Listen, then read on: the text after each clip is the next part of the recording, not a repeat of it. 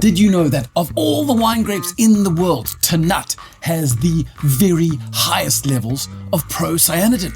Very impressive, I know, except that most people don't really seem to show any visible concern for what procyanidin actually is. Like the famous Resveratrol, which has been rumored for years to improve cardiovascular health, procyanidin is a polyphenol and a powerful antioxidant. In fact, procyanidin is one of the antioxidants at the center of the famous French paradox, which has people puzzling over how historically, over centuries, French eat loads of cream and butter and cheese and red meat and still have dramatically lower levels of cardiovascular ill health than, say, a country like the United States. Both resveratrol and procyanidin have now been fairly conclusively linked to an improvement in cardiovascular health, despite resveratrol being debunked and now rebunked. It's in science's good graces right now. Procyanidin has a whole bunch of stuff that resveratrol doesn't have. Procyanidin has been linked to a vastly improved rate of wound healing in skin. More importantly, and very in vogue right now,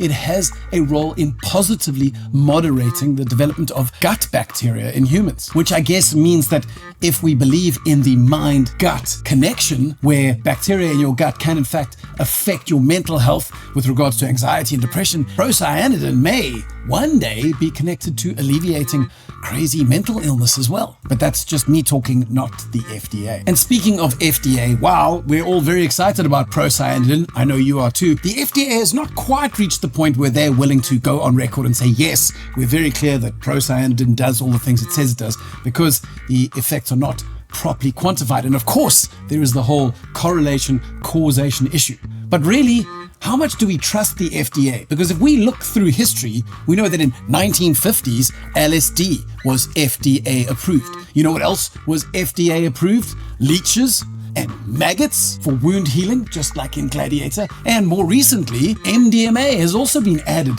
to the list of FDA-approved substances. Even cocaine, while not quite FDA-approved, was for many, many years a widely used treatment for things like fatigue and depression, but we're not here to hate on the FDA. Rather, we just want to highlight the unique properties of the wonderful cultivar of Tannat, because today's hand drink solo wine of the day is the Fledge Co. Tannat, made by the truly international, inspirational, globe-trotting, grape hunting, vineyard gallivanting, husband and wife team of Margot Nell and Leon Kutsia. Incidentally, if you want to stay up to date with amazing winemakers like Margot and Leon, or perhaps you just want to learn more about wine science and wine history, then subscribe to the Hand Drink Solo YouTube channel, because we have almost 400 videos just like this one.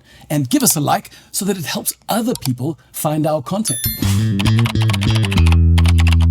Now, if the AI-designed label on this particular wine of an African mongoose did not tickle your fancy, then no doubt you will enjoy a classic old bilingual pun. Because you may be interested to know that the wine name, Tannat, which sounds very much like the cultivar of Tannat, is also Afrikaans for the phrase too wet, in that the fruit was harvested during a vintage that many deemed to be too wet. And at this point, you may ask, but Han, if the Cape winelands are hot and dry and inhospitable to vines, then can a vintage really be too wet? Surely all rain is good rain?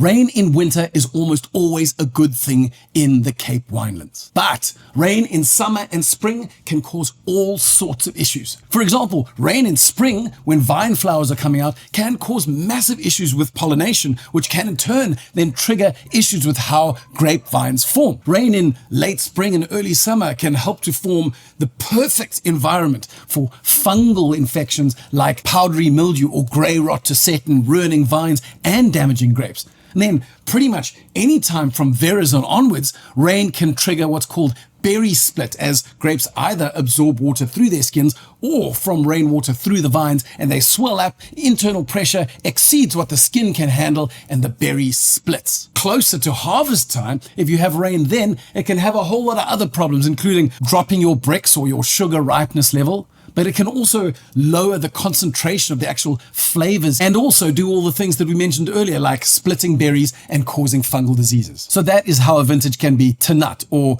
too wet. And your next very valid question might be, but Han, then why on earth are you making us drink wine from a rubbish vintage? To which I'd retort that bad vintages don't necessarily imply bad wine. What they do imply is simply far more challenging conditions for vignerons to work in, because they have to run a kind of gauntlet or obstacle course, hopping over and under, ducking and diving to avoid all of the viticultural issues and challenges that I mentioned above. See, when it comes to absolutely spectacular or Grand Cru vineyard sites, you often find that these amazing sites can shrug off bad vintages because of their altitude or their aspect or their soil type that makes them less susceptible to these weather issues. And in fact, very clever vignerons can do the same sort of thing, shrugging off challenges by making clever decisions at the right time. So, bad vintages don't mean bad wine, they just mean it's more difficult to produce good wine. Now, let's not talk about that issue anymore, because we have wine right in front of us and we can get into the glass and find out whether Leon and Margot managed to overcome the challenges of the too wet 2022 vintage. So, when we give this guy a sniff, well, it really is a lovely, although quite surprising nose for a Tannat. Now, there's only 280 bottles of this little beauty, so I suggest you find them as soon as possible, because this is a unique expression of the cultivar. There are herbal notes of kind of wild blackberry leaf and oregano, but then there's also a fairly unusual touch of white pepper spice, and that all acts as a kind of decoration around the core, which is this lovely, fresh black currant pastel and ripe mulberry note. When we give this guy a sip, well, again, as I hinted from the nose, there's something a little unusual but delightful about this Tannat. Tannat as a cultivar is traditionally a hugely tannic beast, although the New World is always a little bit softer. But still, even in Uruguay, the fruit is usually blue and black in nature, whereas here we get something a little extra. Now, there are definitely juicy blackberry elements up front, but the wine is surprisingly fresh and juicy and silky. And so you have that black fruit, but you also have loads of redder elements as well. Red cherry, red mulberry, and even a touch of red toffee apple candy. Now, if you look at the alcohol level, you'll see that this wine was harvested a little bit earlier. It's only 13.5% alcohol. So that might explain some of the freshness and the vibrance. But really, this is a remarkably exuberant expression of Tannat that is well worth trying. Not least of all because it's such a different take on New World Tannat that you wouldn't find in, say, Uruguay, which is the unofficial Tannat capital of the planet. Okay, so that's all we have time for today, but I have left links to 2 videos. One of them will tell you a little bit more about Margot and Leon and the wines that they make, and the other one explores another Tannat that is coming out of the dynamic South African winelands.